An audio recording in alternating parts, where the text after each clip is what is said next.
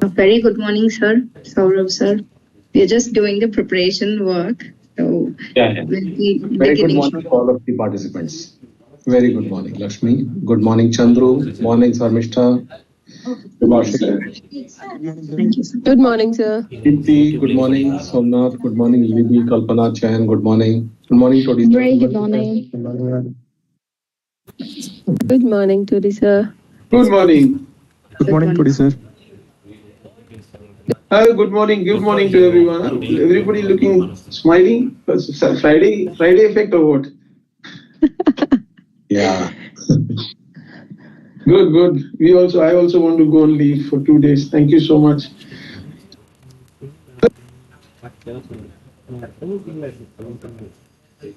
And do we have all the participants still joining?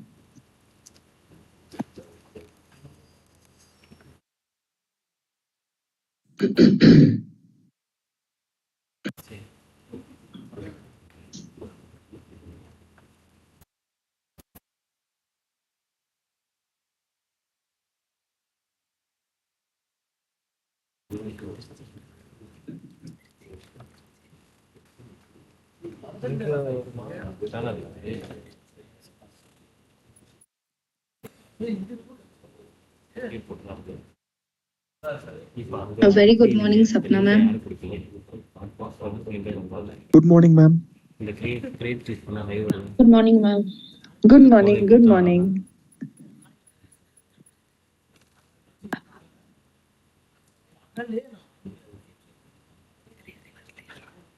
Sir is yet to join, I think, right? No, I have joined. Please start. Good morning, everyone. Good morning. Good morning, sir. Good morning, Good sir. morning, sir. Lakshmi, thanks for this great initiative. So love to hear. Please let's start.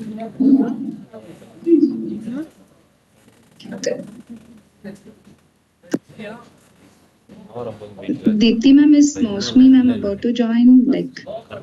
Yes, I just called her. She's joining. Maybe you can start with the welcome note. Great. Thank you. Good morning, everyone. It gives me immense pleasure to welcome you all to the Grand Orators Quest, an exciting new initiative by Pinnacle Infotech Solutions, and the very first of its kind. We bring together passionate voices and powerful ideas from across our offices in Madurai, West Bengal, and Jaipur, united on this virtual stage to celebrate the art of oratory. Public speaking is not just about delivering words, it's about inspiring, connecting, and creating impact.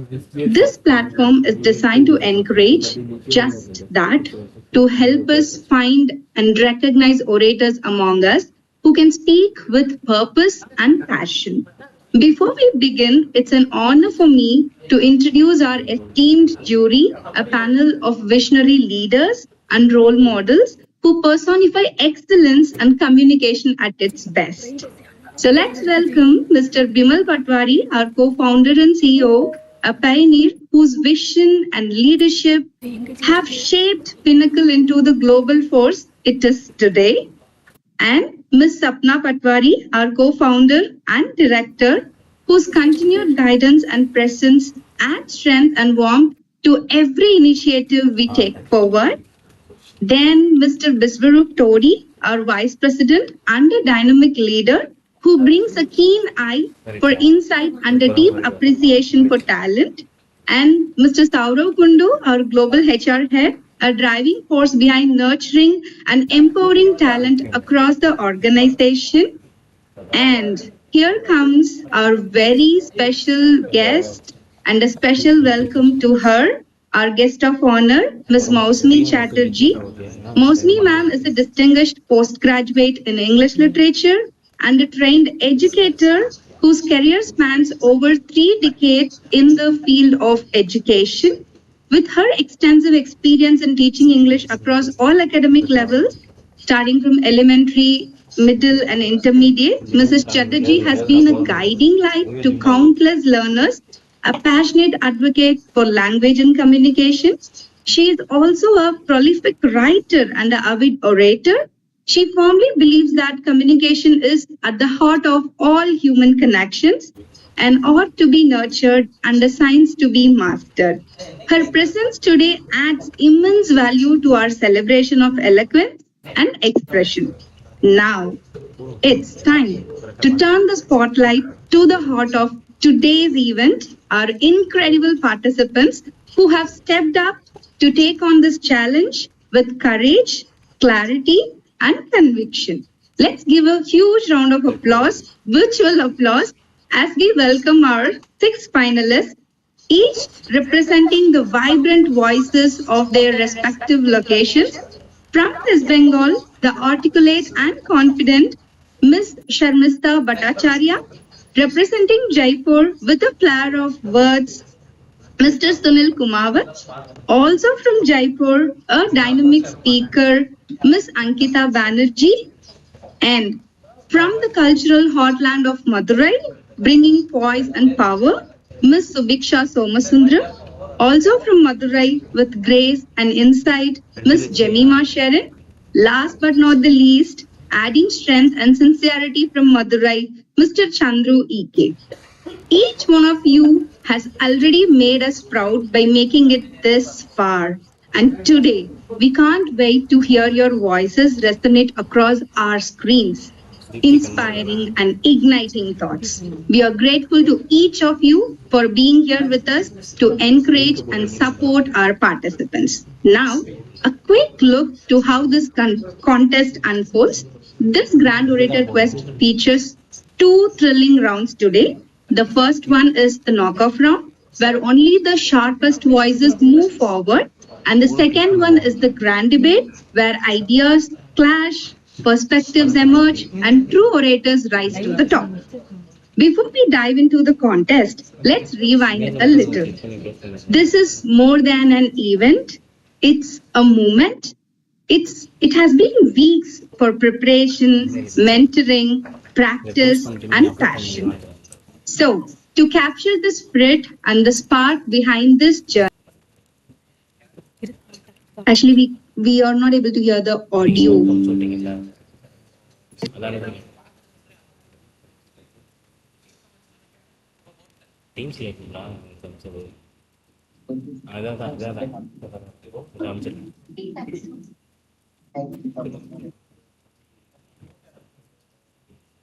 Even now, I think we are not hearing it.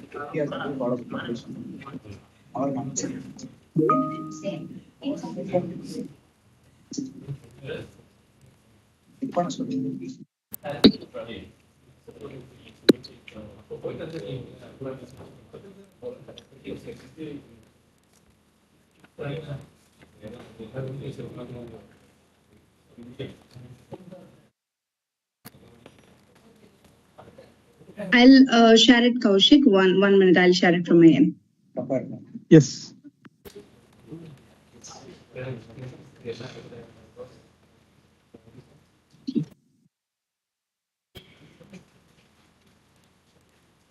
So kindly confirm if my screen is visible to you all. Yes, it is. Okay, here I play.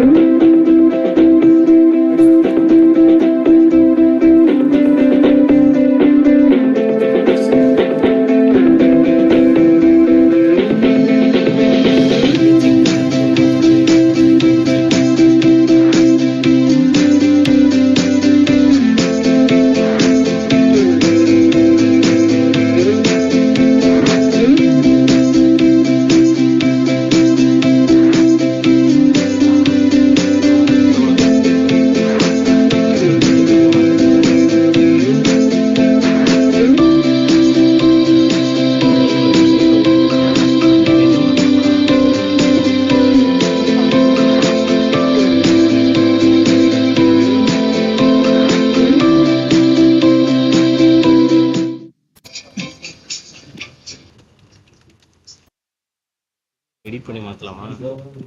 And I believe that was a wonderful journey our people had. And thank you for that wonderful video. And this thanks is especially to our corporate communication team who gave this video in a very short span of time.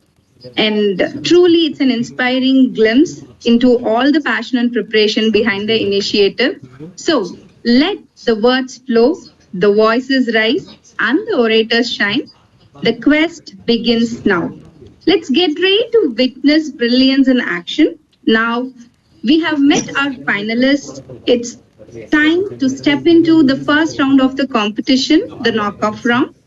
This round will feature through exciting face-offs where each pair of participants will debate on a thought-provoking topic. One will speak for the motion and the other against, showcasing not just their speaking skills but also their ability to argue with logic, clarity, and force. Let's get started.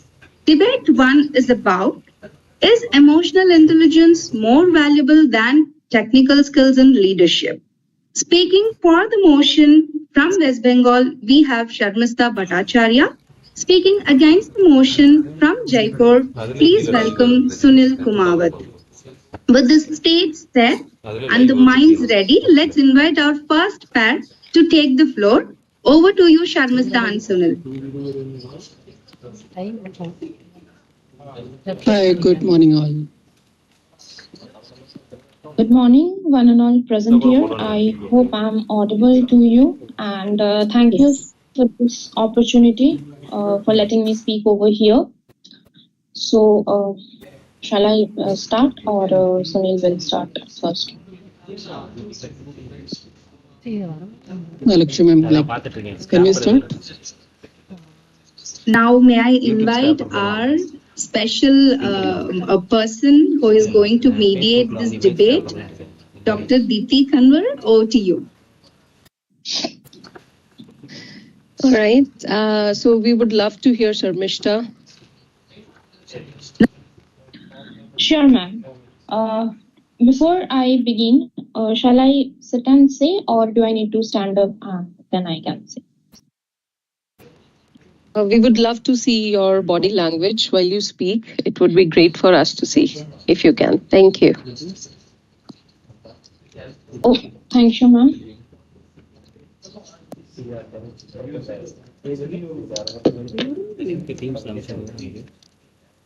The YouTube link.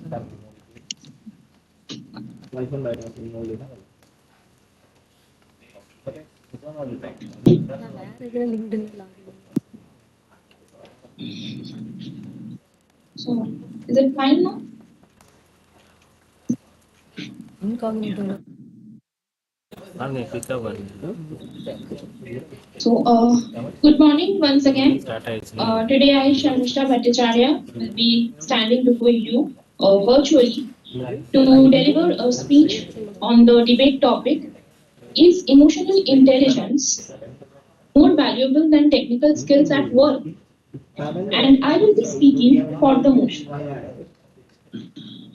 According to me, before starting whether emotional intelligence is more valuable or not, I would like to fathom the word meaning of emotional intelligence. A well-known psychologist, Daniel Goleman, referred that emotional intelligence is the ability to recognize, understand, and manage your own emotions. Not only this, it also recognizes the ability to understand the emotions of others as well. That is to the people in front of you to whom you are talking to.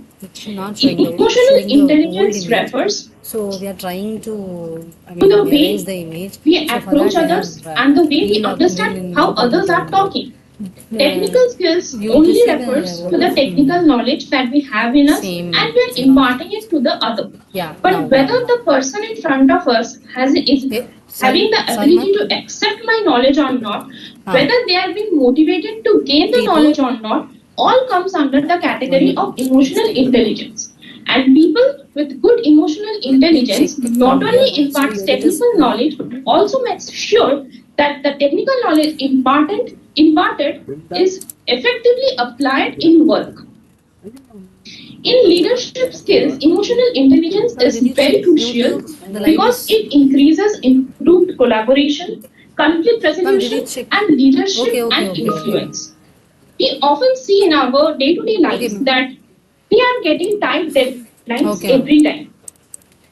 But what happens is Yeah, often live is the doing team when members sharing the they link think in that the time is LinkedIn, it's over, showing some the other day of the old office is thumbnail over, so we image. should go So back I have home and we changed the should get thumbnail busy in image our own in the personal live lives.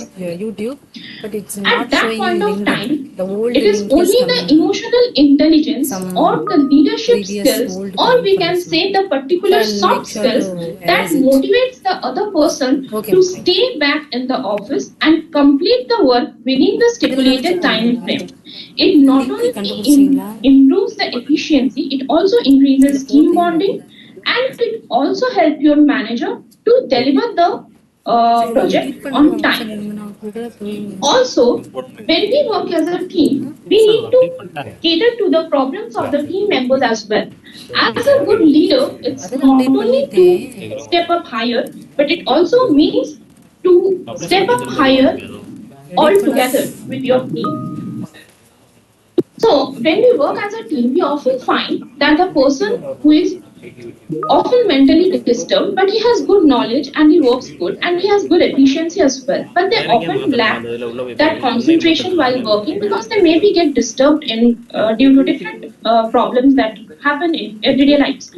So in that case, it's the role of a good leader or it's the leadership skills that will enable a person to understand the team member and to either motivate him to leave the personal problems aside and focus on work, or they will at least give a leave for a half or a day two, so that they can cope up with their problems and then they can get back to work in a more energetic way. So in this way, I can say that emotional intelligence are more important than technical skills. Very recently, all the corporate companies out over there, like we can take the example of Google, Microsoft, we can take the example of Capgemini, Cognizant, or we can even take the example of Pinnacle itself, all focus on building emotional intelligence and team bonding between the people. We often see that our office is organizing fun Fridays every week so that we get an opportunity to be bond with the other candidates, other colleagues. We often participate in the team parties. So why do you think these all are necessary? These are only necessary to increase the team bonding skills and so that people can effectively understand each other, and this will increase the environment. This will make an effective work environment where people can work happily. They won't be depressed or they won't be tired of working. So that is why I'll say that emotional intelligence is much more important than technical skills. Thank you.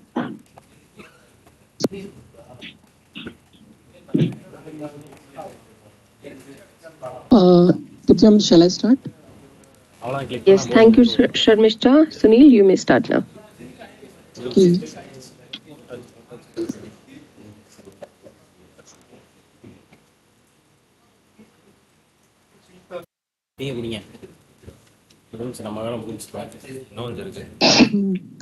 Sorry to interrupt, like I'm just trying to adjust my camera. Okay. So here is the deal. Again, good morning to all our on of the company, Bimal sir, and all the respective jury. I would like to begin with the one of my experience first. Again, the same topic is the same, so I don't want to repeat it. And there's something like I just told I want to share my experience. I just worked in one more company before coming to the Pinnacle, and that was something I just joined after my graduation, right?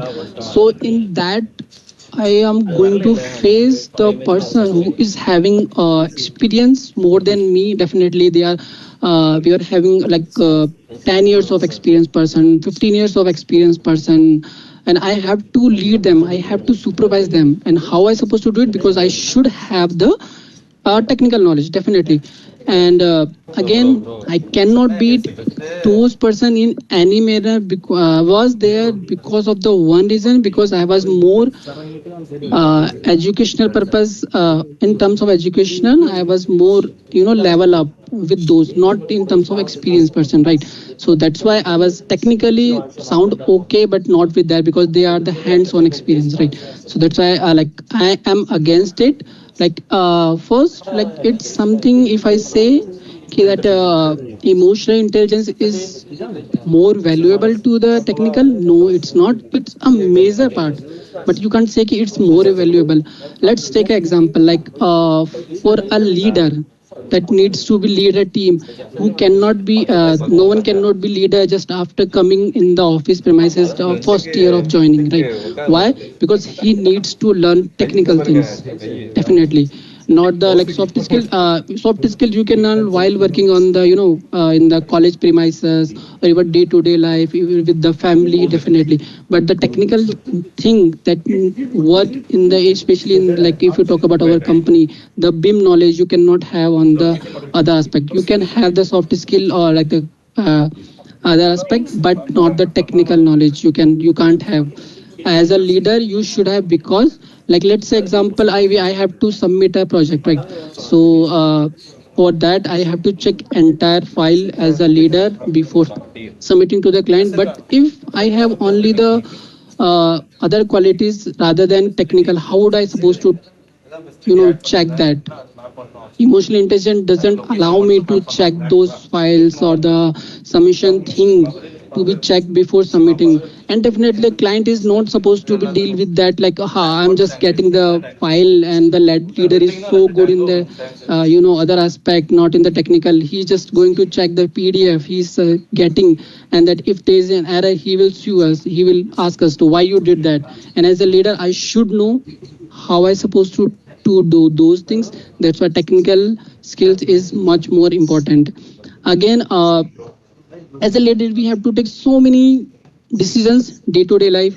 If a person is sitting there and I am emotionally stable, I know how to the person is going to talk with me, I know how he's supposed to deal with that. But if he comes me and asks, sir, please tell me this is the rabbit question, and I am having the issue with that, and if I don't have a technical knowledge, how I supposed to deal with that? That's the issue. If you don't have a technical knowledge, definitely. And if I definitely clarify all the aspect what he is asking, or even tell him more, okay, this is the question you asked, and this is the more you can learn, that comes in technical part. So he will be he will respect me, that okay, sir, or our project manager is having the good knowledge about this, so I have to respect it because I have to learn more things about him. Then again, let's suppose you have the emotional intelligence, but you are organizing a meeting in a team training room, and you are supposed to tell lot of things to them, right? So if you want to improve something, you have to take output from the team. That is one part. But again, if someone is saying correct, that is totally fine, because you have to understand how, because you have the technical expertise. But again, if you want to improve something, you should have innovate something new, you should have technical knowledge. Emotional intelligence doesn't provide these things. And again, to go in upper side as a company, you should show what you know, what you can do, what you can improve it. That all comes in the technical aspect. Then again, let's suppose again team member comes or client will come and say okay, I want to this thing, or separate, which is not in the your proposal, or this is not even you done previously. So again, you need to know how to do it, right? You cannot if you have emotional intelligence, you cannot determine what is the process, what is supposed to be do. You should have decision making power or knowledge to do that. So as my perspective, emotional intelligence have the part, but technical is also not also, it's the more valuable than the technical skills. Again comes in the Pinnacle aspect. Yes, we have leadership, like my opponent said, that we have in the Pinnacle, we used to give leadership program, or teach people. Definitely that needs to be done. But again, if the leader don't have the technical knowledge, how is supposed to talk with the client? No, if client asks something, I won't be able to repeat it. So it ratio should be there, but you cannot say like more than 50%. You should have a emotional intelligence to understand the person. You should have technical skills as well. So that's all I have. Thank you.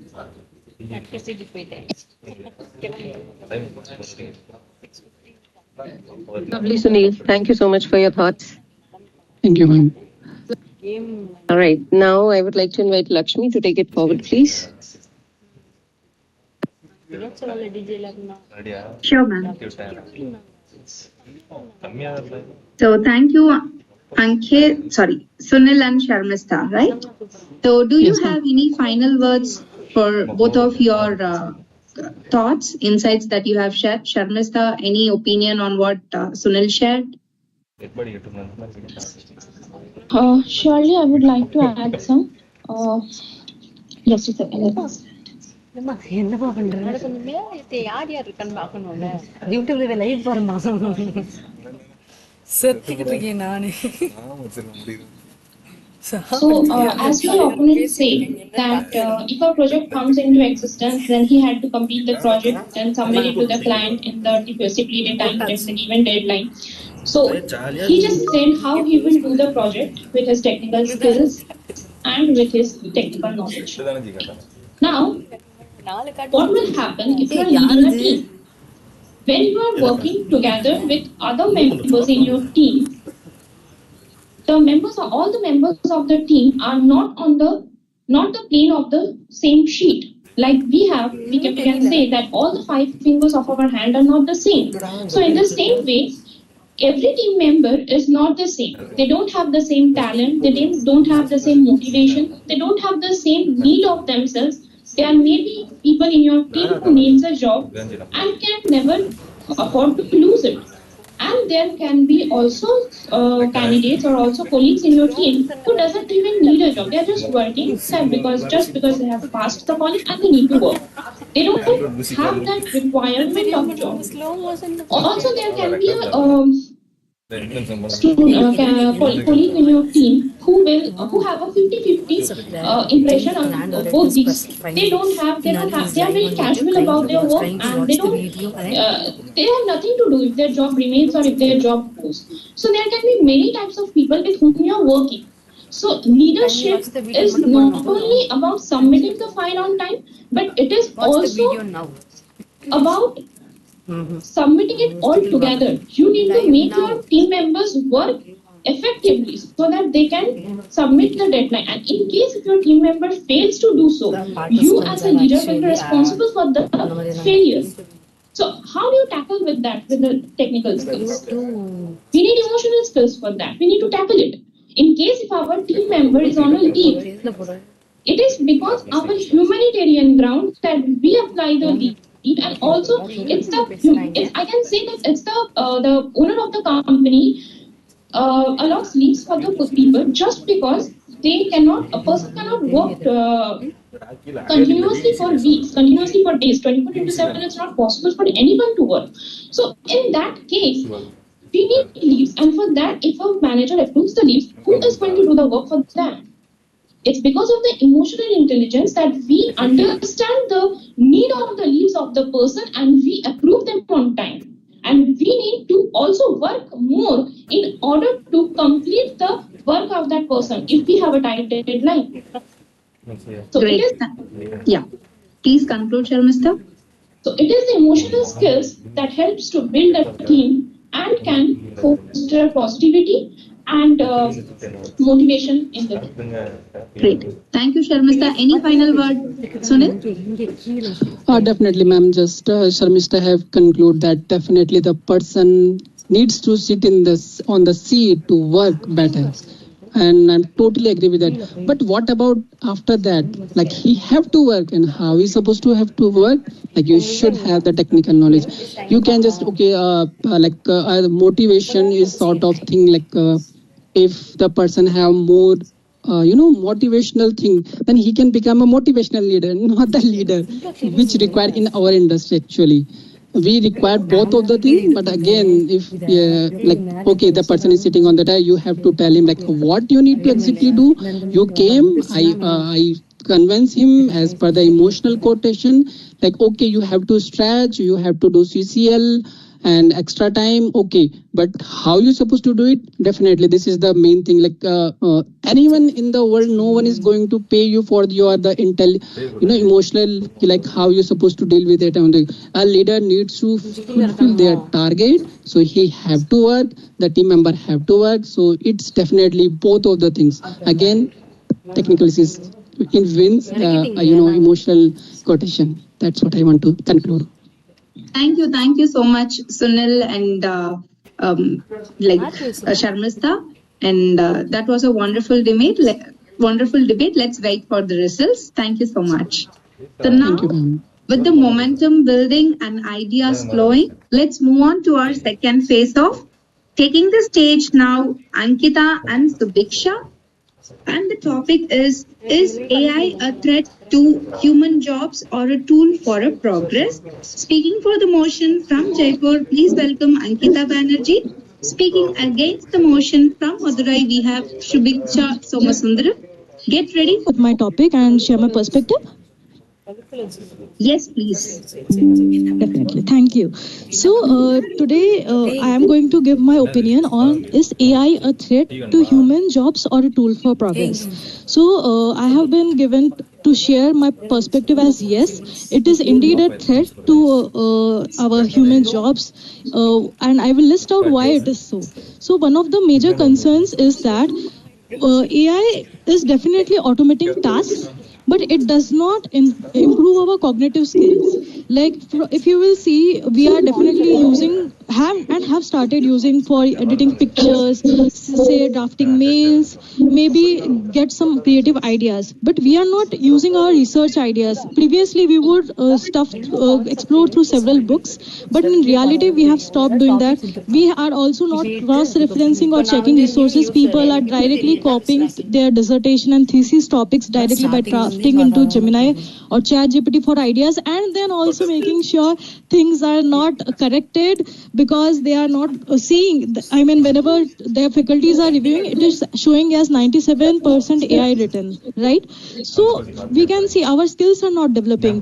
The skill gap is significantly increasing. So what will happen? Eventually, AI will definitely replace us and take our jobs, but it will not develop our skills.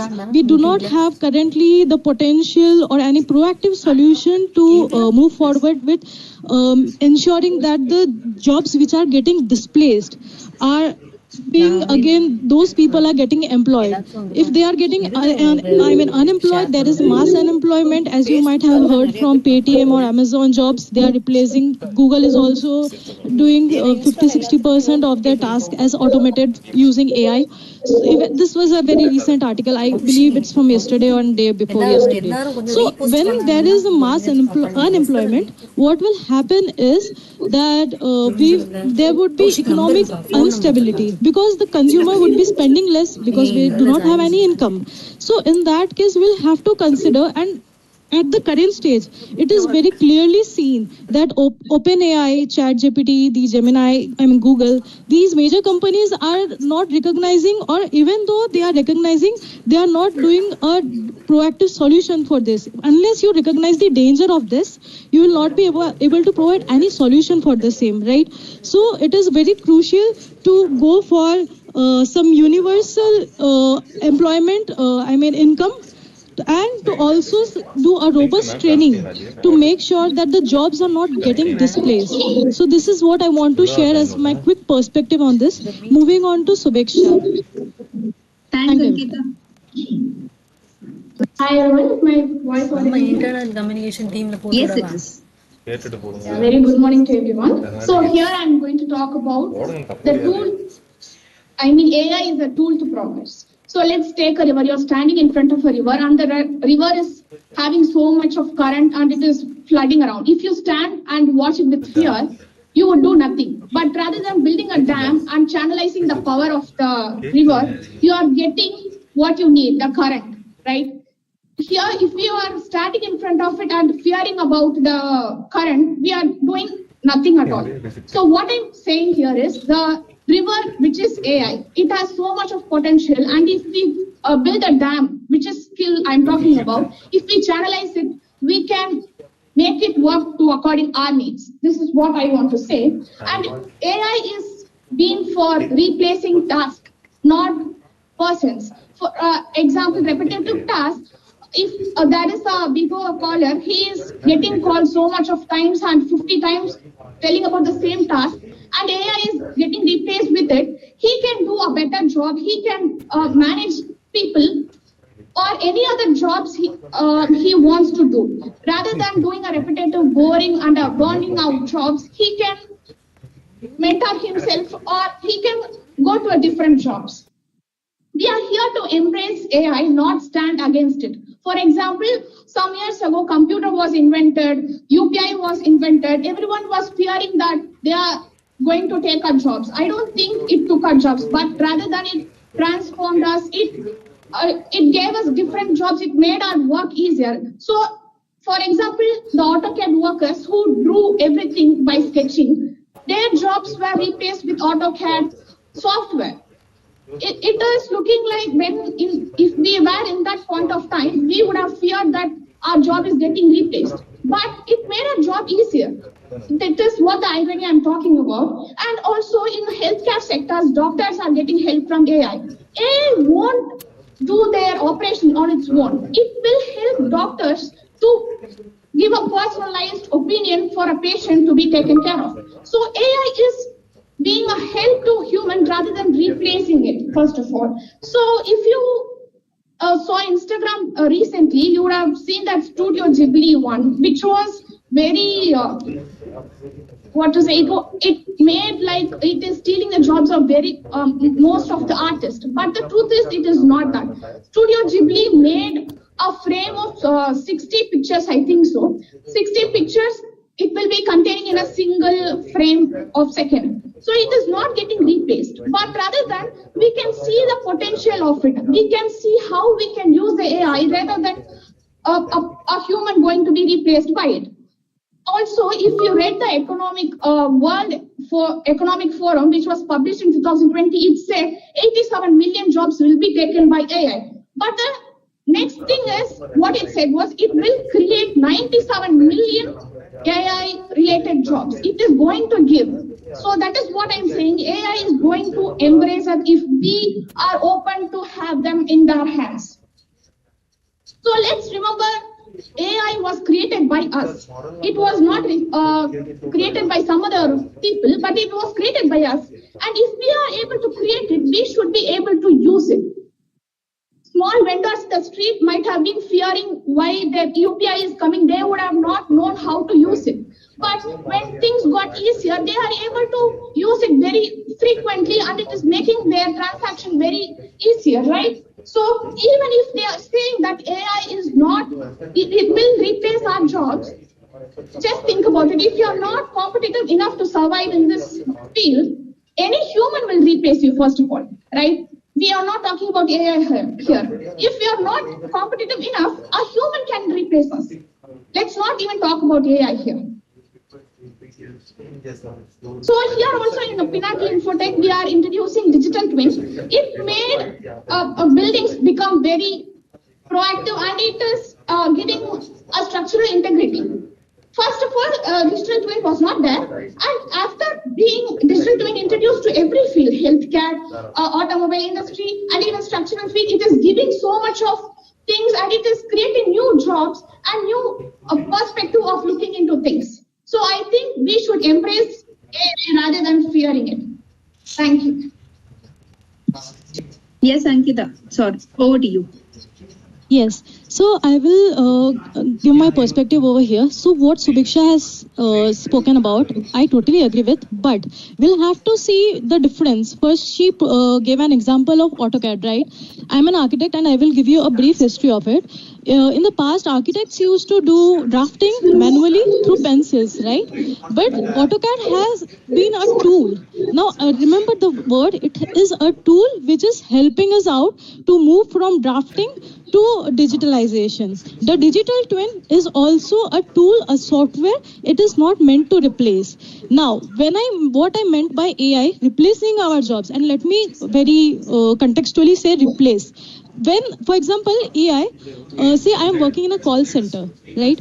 And nowadays, if you know, AI and Alexa, they can, copy your voice, and even if they do not copy your voice, they can use their own voice, recognize what the client is about to say, and provide solution to it automatically. You might have heard of it, and there is a YouTube video for this also. One. So this way, what happens is the people who are hired for call centers, they get their job immediately replaced because AI will be we will not require employees for that. They do not have the call center employees who are now unemployed do not have any upskilling because second point, AI is moving at a faster pace. They are developing really fast. Even humans cannot move forward in that way.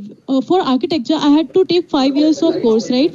But for AI, if you type about architecture, summarize it, they will do it within a quick second, right? So we cannot move with that pace. We cannot align with those pace. So two, they are not as a tool. They are replacing us directly. And third, Studio Ghibli case. And this is one which I had mentioned in my previous debate points too. If you might have heard about ChatGPT or OpenAI's case, there were even the developers who had created it. The team, many of the team have had provided a lawsuit against the major company, parent company, and this is because even they are confused as ChatGPT or OpenAI is using data unethically from smaller businesses or smaller artists, content writers, which they should have legally paid for. Those people are not only losing their jobs, but their identity is being copied by ChatGPT. And you might have even heard that one of the team member had committed suicide, which we all know was not a suicide because their parents had proven that we had all the documents which could easily tackle the lawsuit. But suddenly that person had committed suicide and was redeemed as the unexpected death case. So we will have to see what I am trying to say is we should use AI as a tool, but major companies are not using them as a tool. Small businesses are losing job. Content writers cannot upskill so fast. Not everyone has the potential to, reskill so fast. We'll have to consider that there are human capabilities and human lacks such speed, which robots or tools can easily replace us. So this is not a tool. It is replacing us. Replacing our, and I can provide another example since we are talking about BIM. My friend in Mumbai, she is working at an architecture firm, and you cannot believe this. They had the client which they were working with or is collaborating with. They had mentioned you just develop floor plans for the residential projects. We do not need any civil engineer for this or structural engineer. The reason being we have developed or purchased an international tool. I cannot say the name, but that tool is using the floor plans. They can develop the structural drawings, and all they need is stamping as final. So you can see it's just not about tool like AutoCAD or the cell phone which we are using to communicate with people. This cell phone will automatically someday replace my job as an architect too. Am I audible? Yes, you are. Yes. So that's what I want to say. I do agree that we should use it as a tool upskill us. I think Mausumi ma'am is trying to contribute here. Ma'am, we are not able to get you clearly.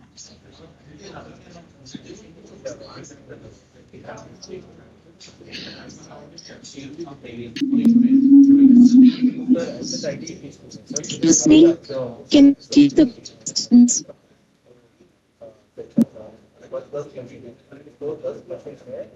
Ma'am, it looks like a network issue from your end. Yeah. We are not able to hear you clearly, ma'am.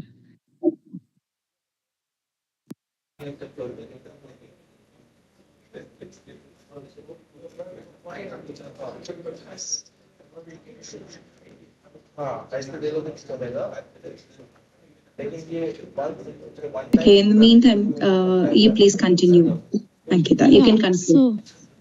Yes, so I will quickly conclude with my statement. So while I totally agree with Subeksha, her point is totally valid, that we should use it as a tool to upskill us and move forward. And second, that we should embrace the current, right? But at the same time, I do not want AI to take my job and be homeless for the same, right? So thank you, everyone. Thank you for your point of view. Subeksha, if you have anything else, thank you so much. Thank you, Ankita. And yes, Subeksha, over to you, and you can give your final thoughts. Yeah, if you are saying that a content creator's job is taken by an AI, so if there is a project is going on and 10 people are required for a project, and if an AI is coming, only 1 people is necessary and 9 people are not necessary for the project. So in this case, we can include 9 projects, right? Everyone can work in a single project, and I think the content creating job, digital marketing is so evolving that AI is being helpful for us, and I don't think it is a threatening point of view. I'm not seeing it as a threatening point of view. We can create so much of job opportunities for everyone. For people who's not literally ready to move forward, we can introduce government schemes or companies. We can introduce schemes to upskill their knowledge. Simple job which can be very easily replaced by AI, and the things which can be replaced by AI is also a burning out job, or it's creating stress to people who is doing repetitive tasks. That is what I'm saying. If we are competitive enough, we cannot be replaced by AI. We cannot be replaced with anyone if we are competitive enough first. Thank you. All right. Thank you, both of you. That was a very excellent debate, and it was very fiery. So now it's time for our final duel of the knockoff round, a debate that touches both heart and mind, because the topic is related to both heart and mind. To everyone, let me reveal the topic. Does money bring happiness? Speaking for the motion from Madurai, please welcome Jemima Sharon. Speaking against the motion, also from Madurai, we have Chandru EK. Let's welcome Jemima and Chandru to take the floor and share their perspectives. People, I would request you to stand in front of the table so that you'll be even more visible.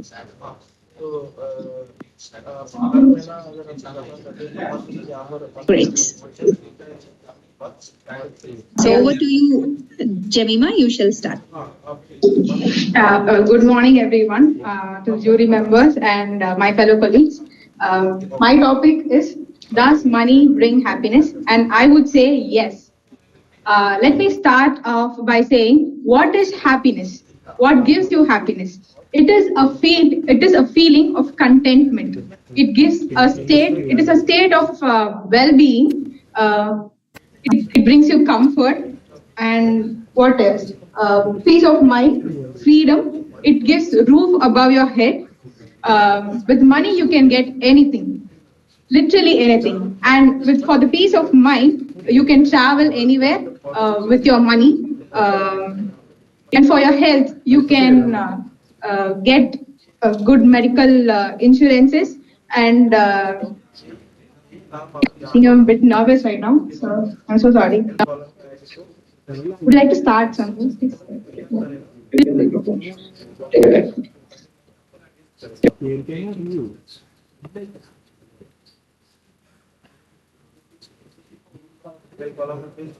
I say money can provide you basic needs, all your basic needs, that is food, clothing, and shelter. It can provide for your family, first of all. And what is most important is where you get your happiness from. For you, it may be your family. For me, it might be adventure or art or something. For everything, it comes under a paycheck. Everything here comes under a paycheck. You can't get anything in this world without money. So that's what I'm trying to say. Money gives you everything, brings you happiness. Good morning, everyone. So I am here to talk against the motion, money can't buy happiness. So I will start with the points of what she spoke. She said about the health insurance and also the basic need. So already she has the answer for that. money only required for the basic needs like health insurances, the food what we are consuming, and the shelter what we need.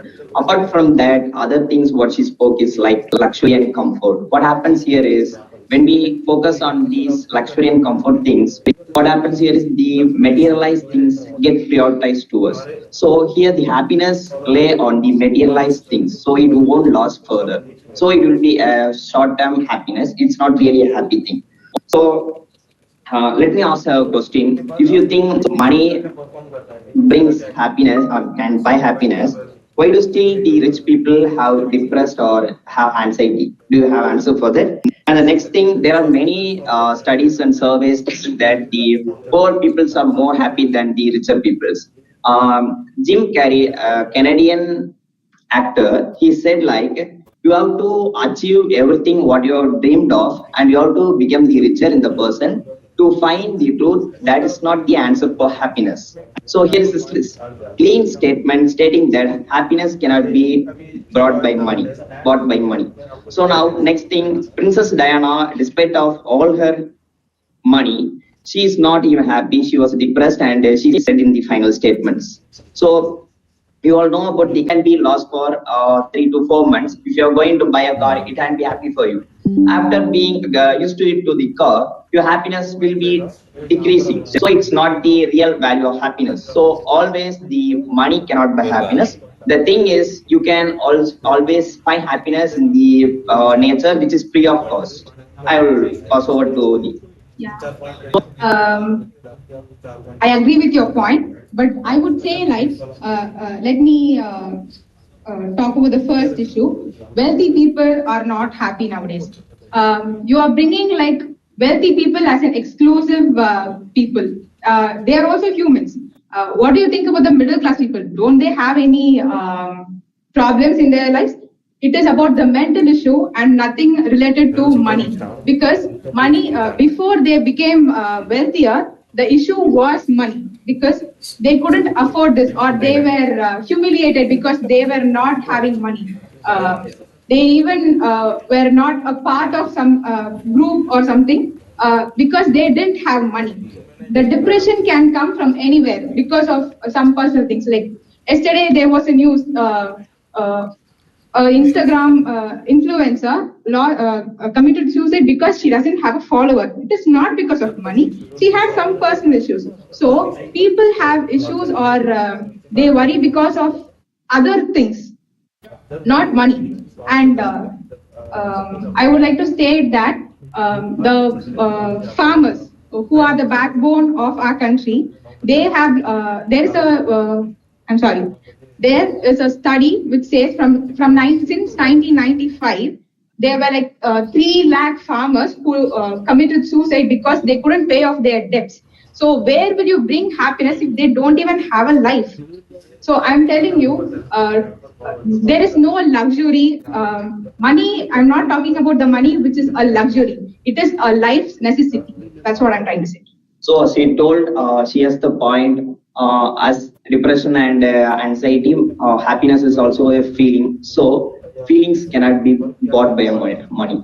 So as she said, everyone has depression. All the wealthy people, all the social media guy, everyone has the depression and everyone has happiness. It's free of cost. And also about the farmers, it's not about the money that brings them the problem. That are the policies and the marketing problems and climatic changes. That's apart from that. So taking up the point, the conclusion is money. It's very required for the fundamental things, and it's not the prioritized or foremost thing for the happiness. So we can be happier without money. Only the basic needs are required in terms of money. Thank you.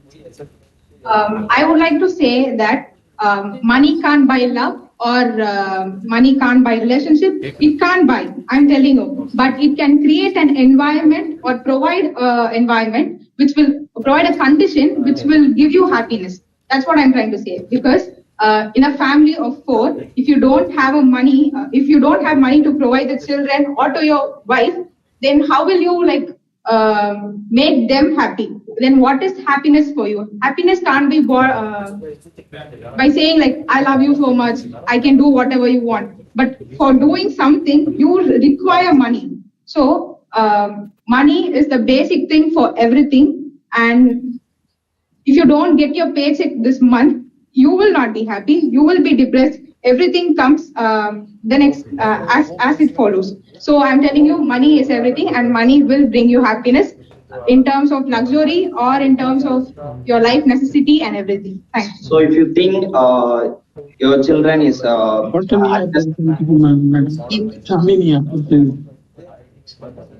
sorry, sir. No issues. You shall conclude. Yes, sir.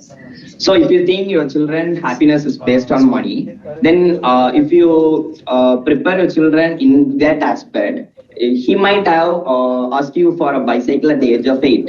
At the age of 16, he would ask you the bike. At the age of 30, he would ask you a plane. Where will you go for that? So you are preparing your children that happiness dependent on money. So if a point of view, when you are not able to afford him what he is asking for, at that point, his happiness will be down to 0, right? So he is not in this stage to be happy with what he has. That's the real problem of depression in this generation. Yes, I agree with you. But if you don't provide for your children, you wouldn't find happiness for them, right?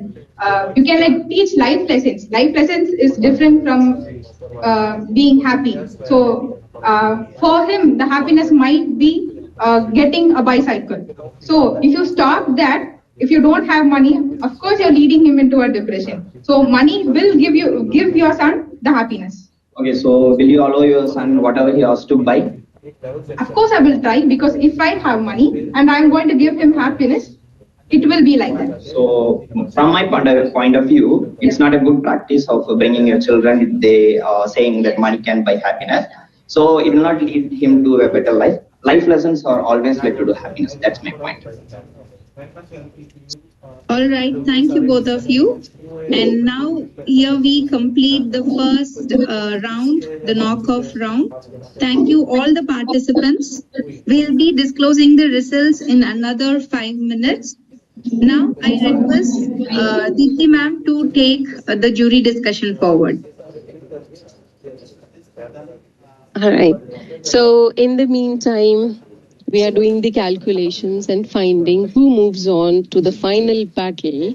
We have a little discussion topic for our esteemed jury members involving Bimal sir, Tori sir, Sapna ma'am, Moshumi ma'am, and Saurav sir.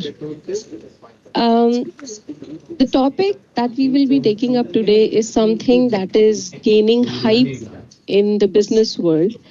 And the topic is the decline of empathy. Are we losing the human touch? To give you a context, in today's fast-paced, technology-driven world, we are constantly connected, but sometimes we feel isolated. Each and everything that begins in our context, I think it begins from a connection. We are able to navigate complex business scenarios, professional problems. But sometimes we find it challenging to navigate via personal complexities and maybe issues, challenges, or problems. So basically, when we talk about empathy,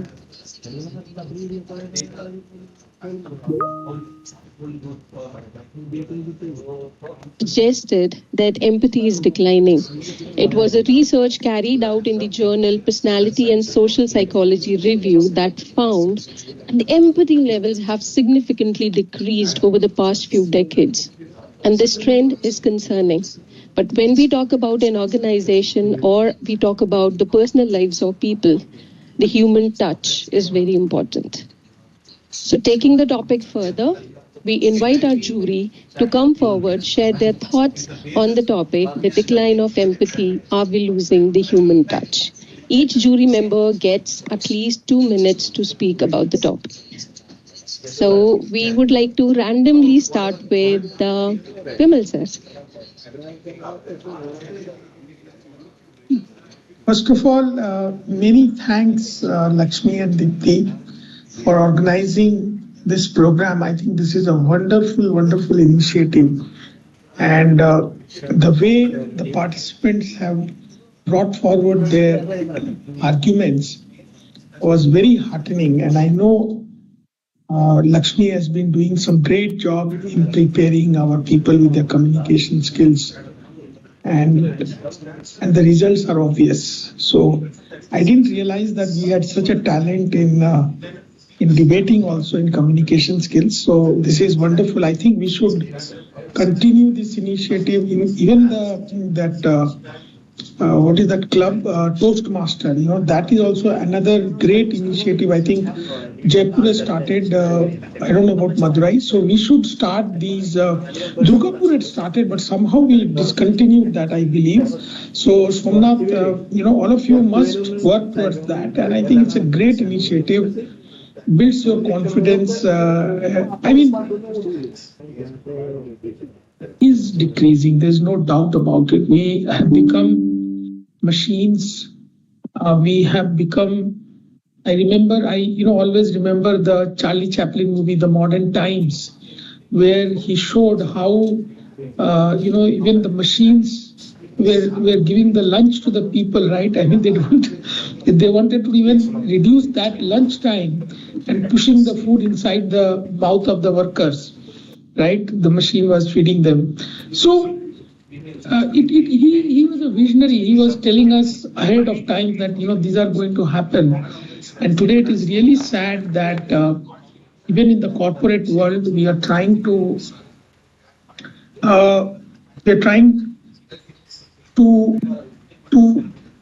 we are looking at short-term goals. We are, especially in a lot of corporates, they're looking at quarterly goals. They're not looking at long-term things. So unless you have an empathy, unless you really treat your people well, unless you care for them, right? I mean, you make a short-term goal by pushing them and making them like a sweat laborer, but in the long run, the company loses out.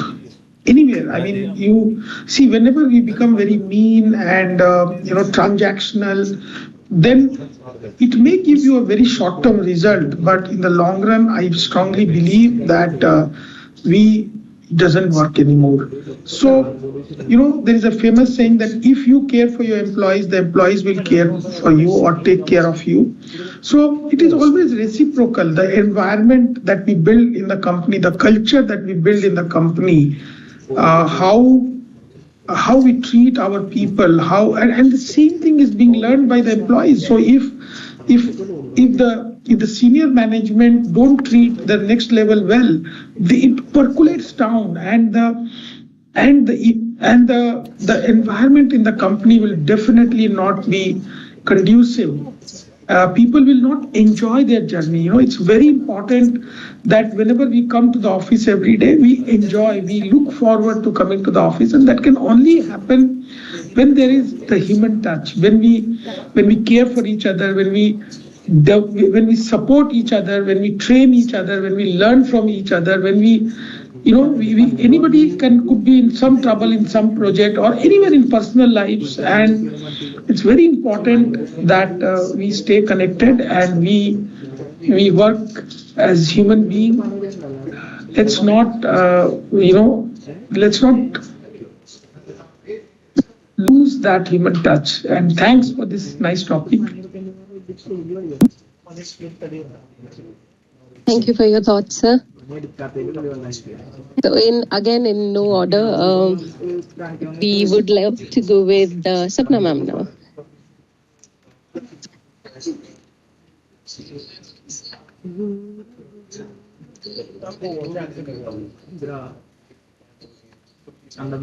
Hello, everyone. Hello, ma'am. Hi, ma'am. So, empathy for me in these days can only be possible if you are available for someone. Being available is a very difficult aspect in our lives today. We are so occupied on social media and looking for friends who are not people or friends who are not around us. We keep connecting with them rather than connecting with people who we are living with or working with. So the availability of individual has become very scarce. I remember as a child, we did not have much gadgets, much places to go around. It was a small community which we were connected with each other, socializing, meeting friends, playing games, going here and there, talking to friends who we lived with, working with colleagues closely.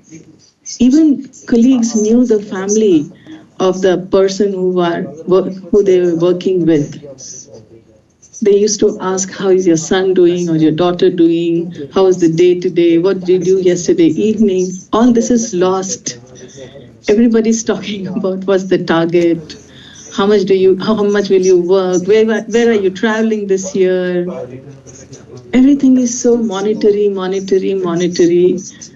that the empathy, we forget to talk about personal issues.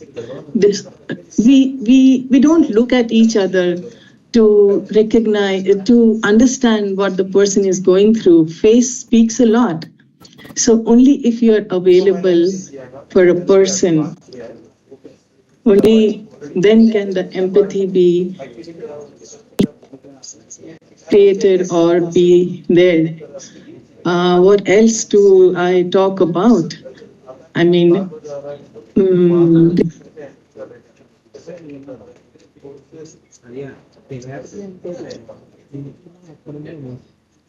2 minutes is too much for me to speak.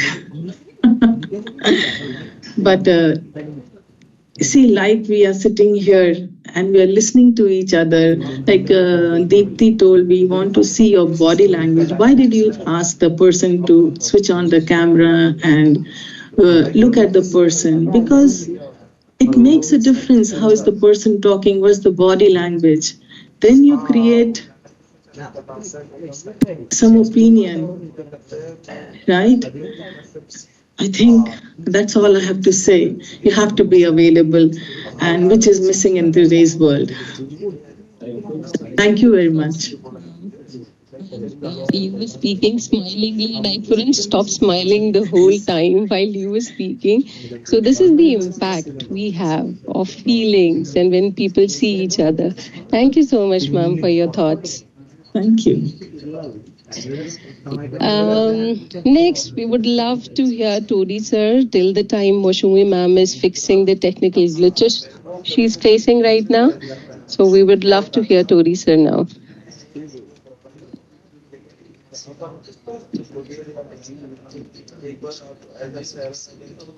Sir, I think you're on mute. Can you hear me now? Yes. Yes, sir. Perfect. You can see me, hear me. Perfect. So thank you, Dipti. Thank you for organizing this. Wonderful to hear various perspectives for, against, and rebuttals. That was really exciting to hear from all of them. Thank you so much, Dipti. Now, about the empathy and whether it is declining. Yes, it is declining. We all know, but declining from which perspective is what we need to think about. I think empathy is not declining, it is evolving. Evolving from a standpoint where we are becoming more broader in terms of our empathy. Like earlier, the empathy was within the family, then within the campus or within the people we knew. Now it is becoming more inclusive, more global, where we worry about empathy for what is happening in Beirut or what is happening in Ukraine. So our empathy is not limited to a certain facts where we live. And that is how I say it is evolving. Our empathy is becoming more digital.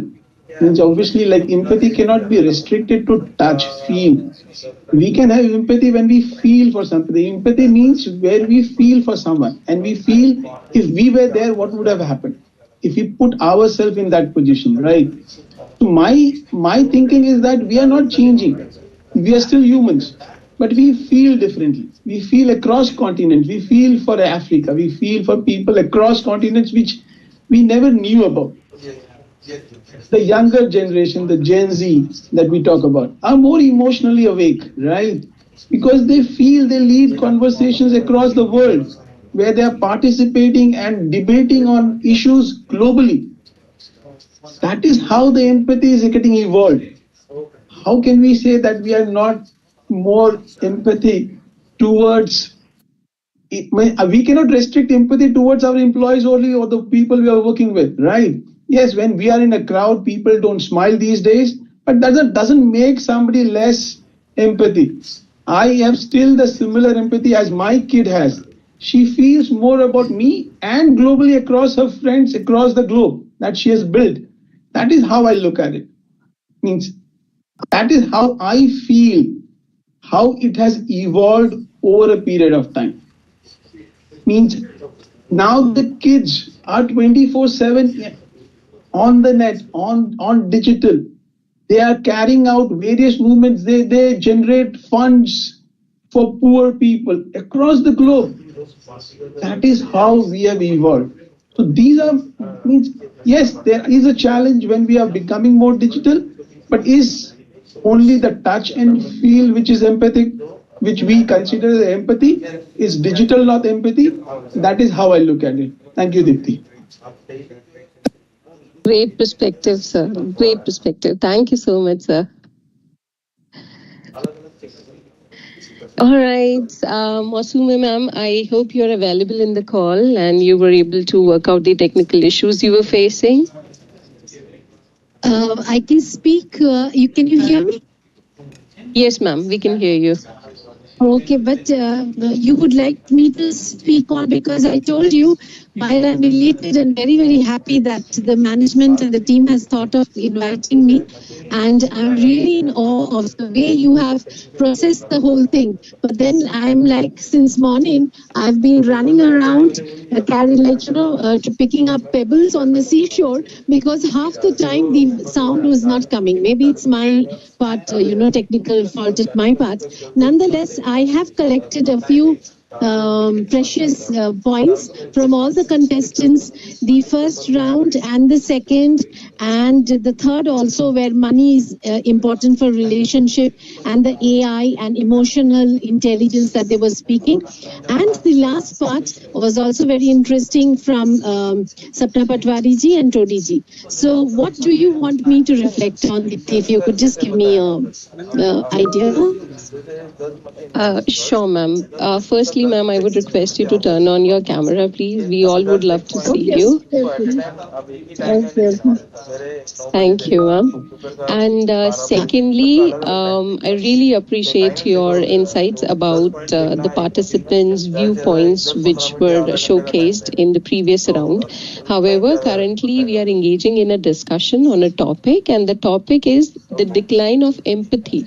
Are we losing the human touch? Referring to the business context and the ever-evolving technological developments that are happening around. So this is the topic for discussion, and we would love to hear your thoughts on this. Thank you, ma'am. Okay. Thank you. It's been very, it was very interesting listening to the two speakers ahead of me, Sapnaji and Todiji, and I think I agree partially to both of them. When Sapna made the point that you have to be aware, that is also a point I think mostly these days we do feel to the youngsters, older people, you're talking to them, the person is only interested in the virtual friendship, virtual communication, and avoiding the person sitting or trying to communicate next to them, which is also very painful. And there was a joke once, that you come to my house for dinner on a Saturday night and let's ignore each other over the mobile phone. That is happening. It is happening. But at the same time, like Todiji puts it, I am also in agreement, and I feel it's very correct in saying that not only the present generation, any generation which has an access to the today's technology is definitely not empathy. Heart is the same, the feelings are the same. Maybe the way we communicate, that there is where we are missing out, because a person's as the world is turning into a global village, we can see that, like you were saying, you feel for a person campus, you feel a person suffering in Africa, the same kind of empathy, and also for your parents at home or your siblings at home. So the horizon has widened. The way we are expressing that empathy has to be developed and worked on. That's what I feel. And all kudos to the new generation. I'm really in awe of the people who are so much technically advanced, but at the same time, we do have to sit back. At least we have to talk to the younger generation that empathy is something which you feel, and your feelings are very precious to the person you are connecting with. So it is not that only you, but the feeling that you are feeling has to be expressed on and off. Thank you very much. Thank you, ma'am, for your inputs. And when we talk about empathy, we talk about feeling the other people or maybe the other person. And Mosumi, ma'am, for this, I would really love to appreciate you. You know, you have been facing these technical issues. We have been connecting day in, day out. Every day we are talking.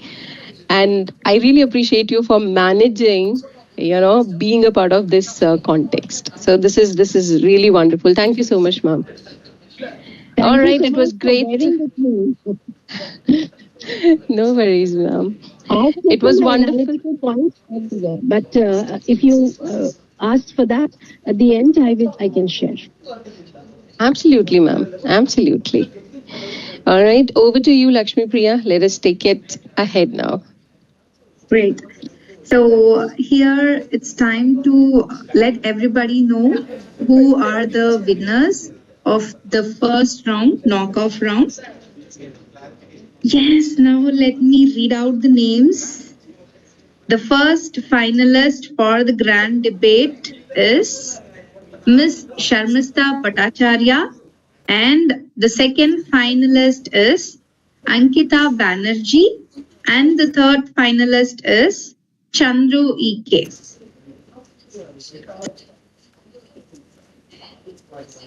So these finalists have been decided based on the overall scores from all the jury members. And I think I don't want to disclose the individual scores what they have received. So now, with a quicker note, let me reveal a question to Sharmista, Ankita as well as Chandru. And people, I want you to choose number between 1, 2 and 3. First come, first serve. 2. Sharmista, Chandru, both of them said 2. So I'll take 1. 1, 2, Chandru 2 and Ankita 3. Okay. So the topic for the final debate, the grand debate, is the influence of social media. So each of you are going to take different stands. So since Sharmista chose the first option, it is the influence of social media is more beneficial. So that is what Sharmista is going to talk for, wherein Chandru is going to talk that influence of social media is more harmful. So Ankita, for you it is so simple. The influence of social media is just a necessary evil.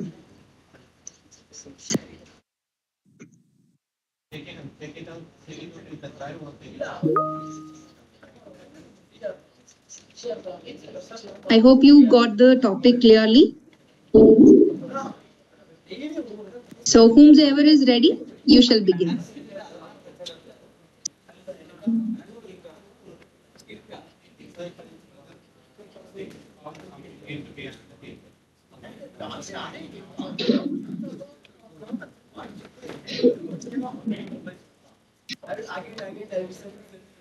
Is there any preference on who can start, or since I'm the last? No, anyone can start.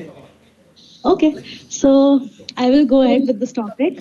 For influence of social media is just a necessary evil. So when it comes to necessary, I will go ahead and say that in today's current generation, we know that they are moving towards a digital platform and we are shifting from offline medias to online medias, whether it be our work or in our personal life too. Online media is being very important in discussing our well-being as well as what we do. So it portrays an image. So now when we are talking about evil, what happens is it definitely impacts our mental health. One second, it would be like you can see there are judgmental people who would be stalking you if you are, say, posting an image for your flight to Bangkok. So now people would be aware that you are going, but then it is also necessary, because if I want to do marketing for PR, it is very crucial to have a social media to market yourself, to get more product placements, to get opportunities. If I do not have any Instagram or LinkedIn or Twitter accounts, it would be hard for people to follow me and know about me, as well as I cannot, I will have limitations in giving my voice. For example, even today I learned that our this speech is, I mean, our competition is being online at LinkedIn platforms. The reason for showcasing our talent is that people are aware, and so we get opportunities for that. But at the same time, it is evil because there are very negative influences. We like, for example, in the past we would hear that TV has both positive and negative advantages. People can get negatively influenced, children would have a negative influence due to television, right? But we'll have to see the positive impact as well as the negative impact and balance it out, so that we can take the advantage of the resource we have at hand. So we'll have to make sure that it is used positively and not impact our mental well-being, and at the same time not make sure that people are using or utilizing our resources, hacking us, and increase our security to potentially cross out the negative I mean the disadvantage of the social media. So this is what I want to say. It is necessary for marketing and for our opportunities, but at the same time we cannot live without it.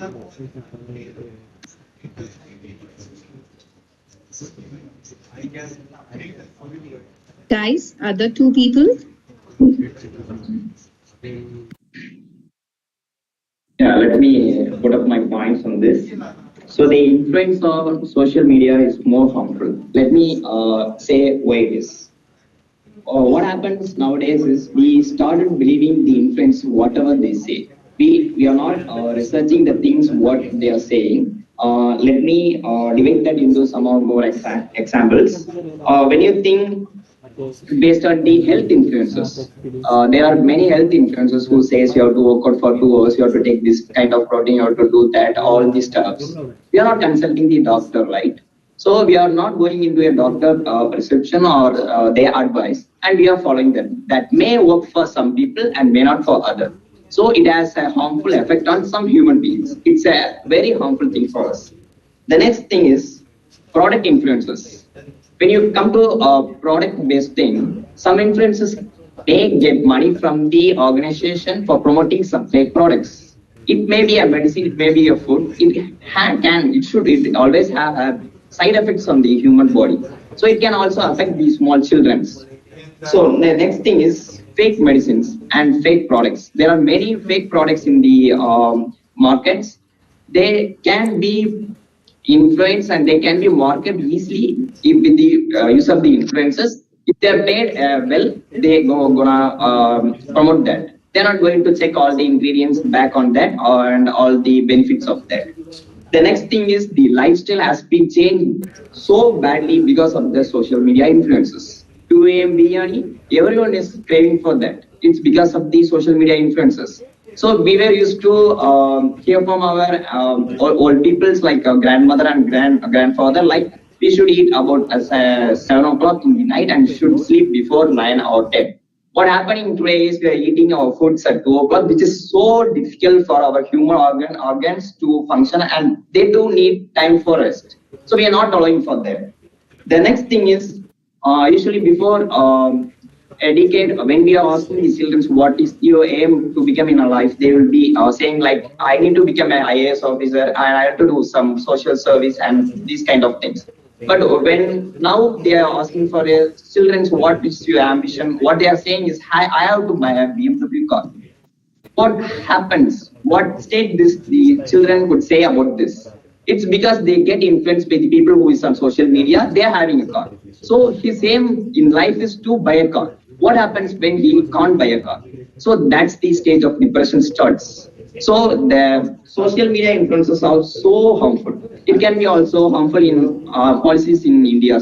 Gender revealing is strictly banned in India, but some of the influencers are doing it by traveling to other countries. So it's promoting our people to do the same.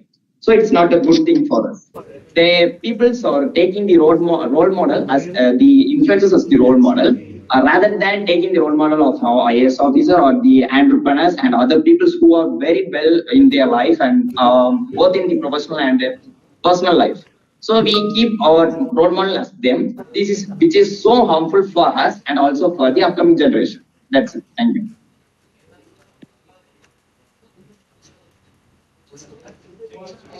Sharmista?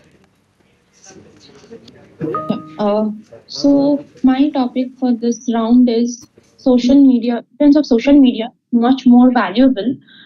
So I would like to say that social media is a social platform where we can connect with our friends, with our relatives, with all the people in the world whom we cannot see every day, whom we cannot meet every day, but we can connect with them on call, we can connect with them over messages, we can connect with them over various social media platforms also.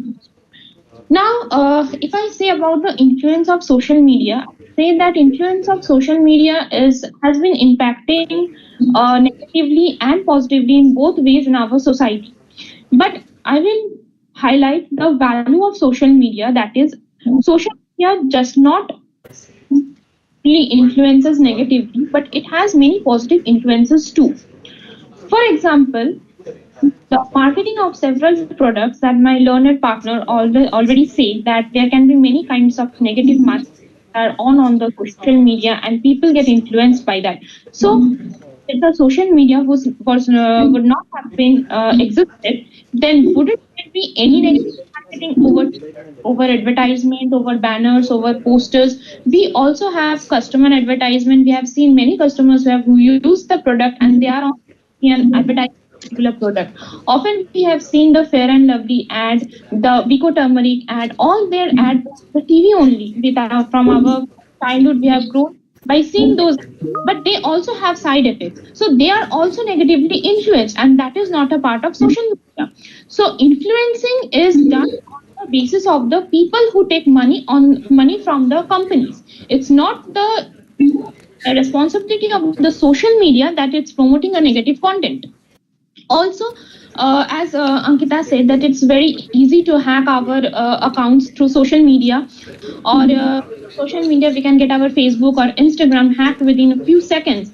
So I'll say that there are also many techniques to keep our passwords secured so that the hackers do not get access to it. There are many Facebook accounts which have been hacked. It's for very, very true. But there are also many accounts who have been using for years and it's not been hacked.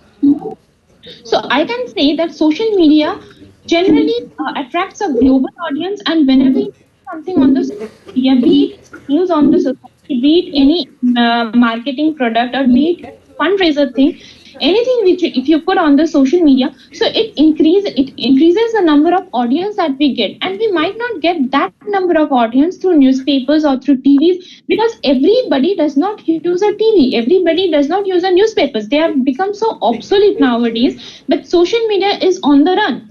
So if we have to make our reach longer, if we have to make our reach more broader towards the people, so we need a social media for that.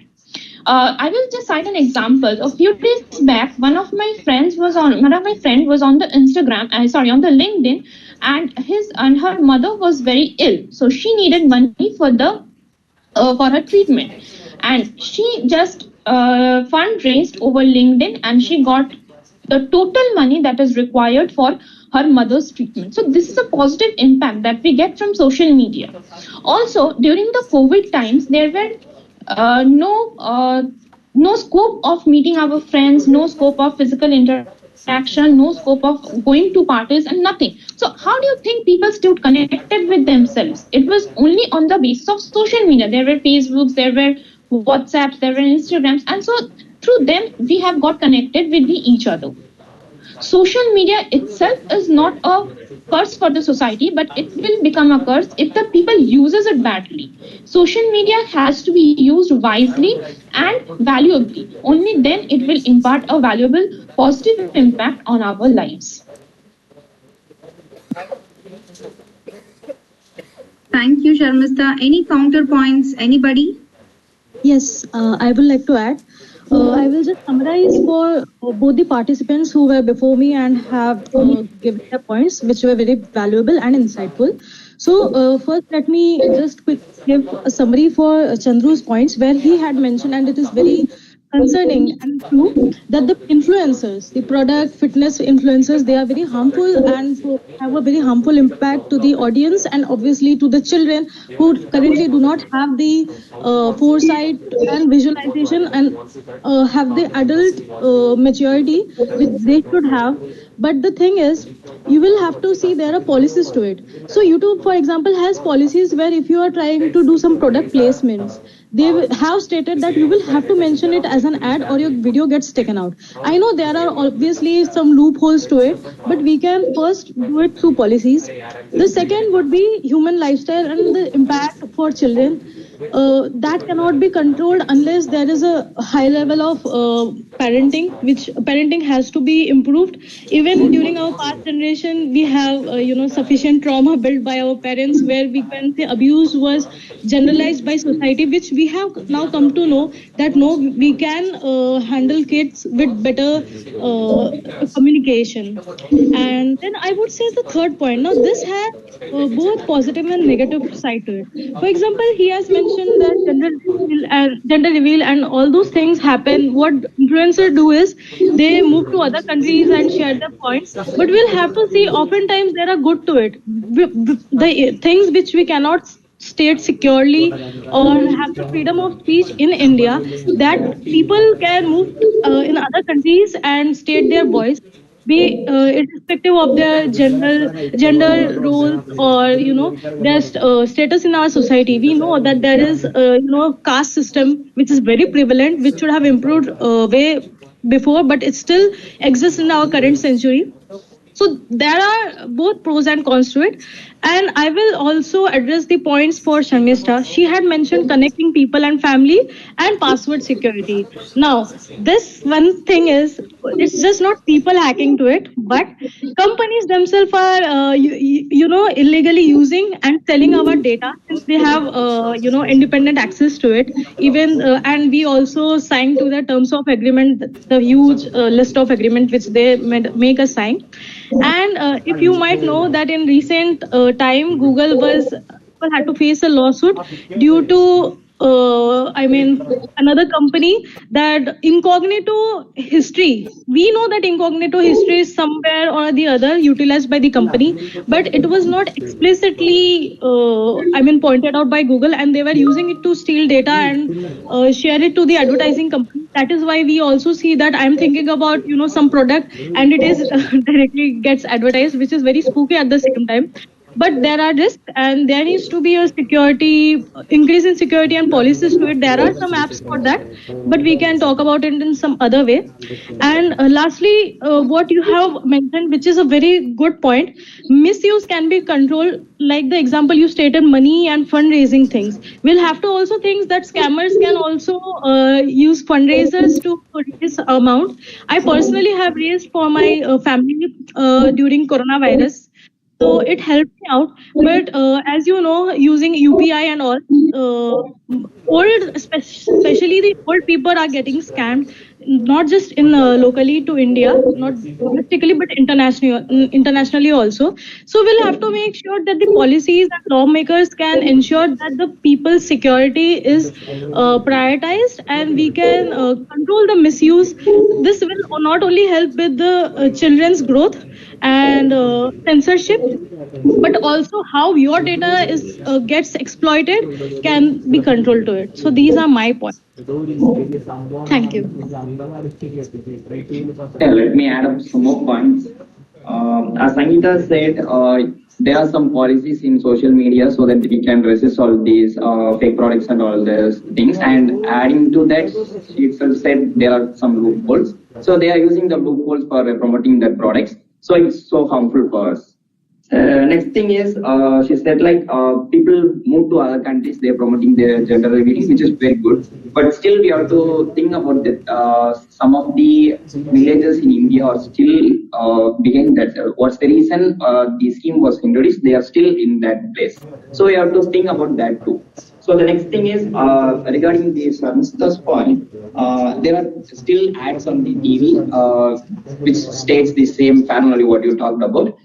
You had heard about the thing legal notice of the people who acted in the ads in TV or televisions, but in social media, as there is a loopholes, their accounts can be easily deleted or easily they have or take away all the data of what they actually throw into the social media. So it's way ahead from the of TV or television so that they can misuse it a lot. So it will affect us a lot. Thank you. Yes, final words to you, Sharmista. You can conclude the discussion. Okay, so as Ankita said that we will be having more and more threat to the passwords that we are using, and we might not get that the passwords might be at risk and they can be hacked by the companies, and we often go into and take all the content that is over there. So I would like to highlight that the India has precisely made very acts to for controlling the cyber crime. So these acts generally include defamation, cyber stalking, online harassment, and even that includes the electronic stalking too. If people stalks you over the LinkedIn or over the WhatsApp or Facebook, so if we get to know it, we can complain for that, and there is laws in relevance to that. Just like in LinkedIn, we have an option where we can see that who have been through our profile, and I hope that Facebook and WhatsApp and Instagram is also improving itself day by day. So you'll get to know that who are stalking and who are not. In that case, if we are comfortable with it, then it's fine, and if we are not, then we can report it. So, and in case of passwords that she said that passwords might get hacked, so we do have some measures to secure our passwords. Like we can use strong passwords. We often see that the suggested password we get over the Google, it's a mixture of numbers, it's a mixture of alphanumeric characters, and it's a mixture of alphabets, and it's very difficult for a person to guess. We also have the two-factor authentication that we can use while protecting our WhatsApp profile, and we have often get that in our WhatsApp also. Apart from that, we also have several privacy settings where we can limit who can see our content and who cannot. Just like the stalking that she said, that we often see that many of our Facebook profile is locked, and once the Facebook profile gets locked, you won't be able to stalk it unless and until you are a friend of that particular person. Also, before installing third-party apps which can be phishing and which can take our money from the bank account and all. So in that case, we can review the third-party apps before installing it on our phone. We have to be vigilant and cautious before we get into the unsolicited messages, and we need to verify identities, the suspicious links, whatever we use to. When we are using a social media and we know that there are so many negative points on it, and we have to be cautious before using it. And we have to also have the measures known to us before using the social media. Also, the negative advertisements that have been talked about, I would like to say that if any food product is being negatively advertised, we all know that the FSSAI is an organization which secures the quality of the food and ensures the food company to advertisement and to advertise their product, and it says that the food is good for health and there won't be any problem if we use it. So we can use that as well. Also, the products, there are many products over the online platforms where we can get to have customized product. It gives us the products which is on the base of our skin quality, on our hair quality. So there are ways on which we can customize our needs and be and refrain ourselves from using from falling until the in the pause of the negative influences. So I would like to conclude that if social media is used wisely and valuably, then it's really a valuable thing and a valuable social valuable thing that is in our society, and we can handle it very well. Great. Thank you all. What a phenomenal grand debate it was. Each of our finalists has brought passion, precision, and power to the floor. And you have made it truly memorable, people, Sharmista, Ankita, and Chandru. Before we move to the final verdict, let's take a moment to hear from our esteemed jury. So let us hear how was their experience, their perspective, and I would also like to share a few words of encouragement, and I think that means world to our participants.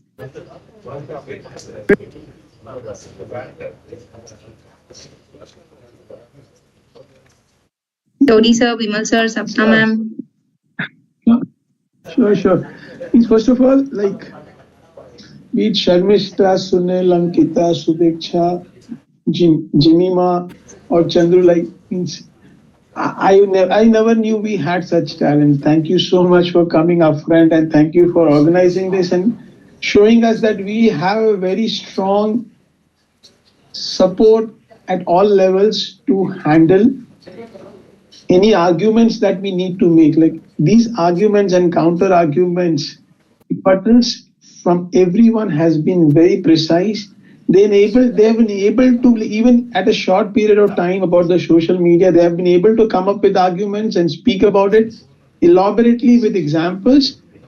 I feel that Pinnacle Infotech has tremendous talent with the people that we have, and I congratulate every single one who have come here in terms of after all the knockoff and everything has happened, and we have come to this place and presented such nicely. I'm really, really happy to see all of them. Thank you very, very much. Thank you, sir. Yes, Sapna, you would like to say?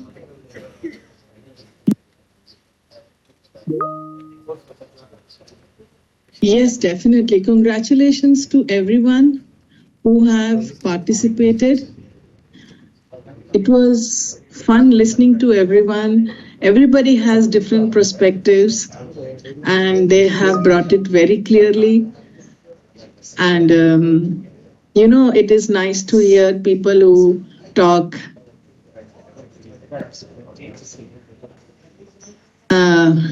about certain ideas that resonate with you, like you also think about the same thing. It's nice to know about people, how they think, how they talk, and definitely Pinnacle has a lot of talent. I agree with that. And thank you for the employee engagement team and the HR team who brings in so many activities, different activities across the company and engage everyone. That's the most beautiful part of the employee engagement team. Thank you, everyone. And thank you, participants, for giving us insight of all the topics. Thank you. Thank you, ma'am. So, Sarmishta, Sunil, Ankita, Subiksha, Jenny, and Chandru, all of you spoke very well. In fact, I had a problem in evaluating and your performance because it was so close, all of you. I think all of you spoke very well. And even if one of you was, bit shy, not shy, I would say. It's like she got nervous in the beginning, but she came up so well. I mean, in the rebuttal, I think that was very heartening. So that showed that the resilience was superb, So I think that was Gemina. So you did very well. So that shows that we can fight back. And I think the content was excellent. All of you spoke very well, very relevant, with a lot of good examples. And this is amazing. Again, like Sapna and Tudi, I am also super excited. First time we have organized such a program in the company, and it shows the talent we have. Thanks, Lakshmi Priya, Dipti, and the entire team for organizing this. Excellent. Let's carry forward this good initiative more frequently and encourage these young people. Thank you. Sure, sir. And I would like to check with Saurav sir too. Sir, your words, your final words to the participants. So I think we said a lot. Thanks to Sarmishta, Sunil, Ankita, Subeksha, Jemina, Chandru. Personally, I feel the topics were very tough, right? And sometimes, what happens during the debate is that you have to take a position where sometimes you don't feel that you should take that topic, but still you end up taking that topic. And to still continue to defend that topic is very difficult when your heart and soul is not working together and you still defend the topic. It's going to be difficult, but yet I think everyone has done extremely, extremely well. Congratulations to all of you. Everyone is a winner. I think it's just a difference of decimals by which, one is ahead or one is not ahead. And excellent, very well done to all of you. I truly believe we are in safe hands. Thank you. Thank you. Thank you so much, sirs. So just a quick check on the scores. Once again, all right. So great. And thank you so much to our jury for those insightful reflections. And now I have the moment. Lakshmi, I have a question. So, yes, although I think our male-female ratio is hugely, towards the male, like I believe it's only 15 to 20% female, but here 4 out of 6 is female. So can we conclude that that they have a much better communication skills than the male, right? Yes, sir, of course, as you say. Okay, no, good to know. And like they were very serious in defending their topics. As Saurabh said, even if you have to defend the topic because you are committed to it, whether it was a tough task, but I think they've done very well. Yeah, please go ahead. Thank you. Thank you so much, sir. So, and now the moment we have all been waiting for, the title of the Grand Orator Quest and this first edition that we had at Pinnacle Infotech Solutions. And now I'm sending the scores to Bimal sir. Sir, it is in the same order. But I would request you to announce the winners in the reverse order so that creates the curiosity moment to everyone. Here I send. Give it the most difficult task. So we are all ready? Yes, sir. Eagerly waiting. Eagerly waiting. Okay. So Chandru, you take the third position. I think you did very well. So big hand for Chandru. Excellent job, Chandru. Congratulations. This is the cream of the whole company. So I think you've done exceedingly well. Congratulations once again. And the second position goes to Sarmishta Bhattacharya. So Sarmishta, you're very convincing, very passionate, and the way you were arguing was really nice. I could see the composer and the conviction in whatever you said. So Sarmishta, congratulations for the second award. Absolutely amazing performance. And then, of course, the final, the grand winner is our Ankita. And Ankita, excellent. You brought such good points. So you can think standing, that's the best part. And that was amazing, Ankita. Great performance. Congratulations to you. Congratulations to all 6 of you. All of you have done very well, I must say. And this is a great start. Let's continue the momentum. Thank you. Thank you so much, sir. And now it is time for us to bid adieu. But before I bid adieu to every one of you, I would like to give a very sincere vote of thanks. As we bring this Power Pack event to a close, I would like to extend a heartfelt vote of thanks to our CEO, Mr. Bimal Patwari, and our director, Sapna ma'am, and our VP, Biswarup Todi sir, and our global HR head, Saurav sir.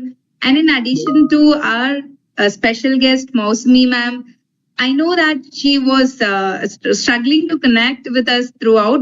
I don't know whether she is in the call or not, but my heartfelt thanks to every one of you. Thank you for your presence and encouragement.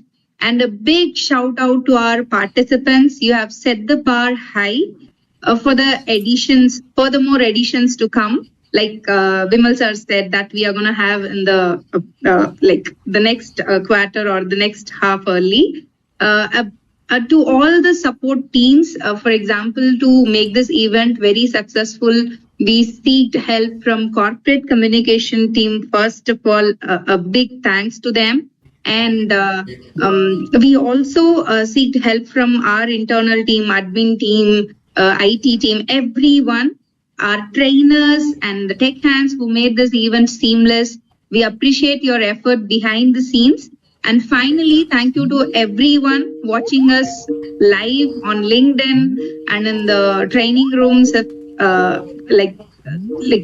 that is telecasted. Here's to more voices, more stories, and much more inspiring journeys. Until next time, keep speaking, keep shining, and keep soaring. This is Lakshmi Priya signing off from the Grand Orator Quest Edition 1. Have a fantastic day ahead. Thank you, Lakshmi. Thank you, everyone, taking out this much time from your schedules. Bimal sir, Sapna ma'am, Todi sir, we understand. And we highly, highly appreciate you all. And all I can say is, I saw living our Pinnacle values throughout in this contest. Wonderfully executed. Thank you, everyone. Thank you for your time. Thank you. Take care. Have a beautiful evening and a wonderful weekend. Thank you, everyone. Thank you. Bye. Bye. Thank you, everyone. Thank you. sir. Thank you, everyone. Bye-bye. Thank you, everyone. Ankita, many, many congratulations. Thank you. Thank you so much, ma'am. I'm Many congratulations to each and everyone, all of you.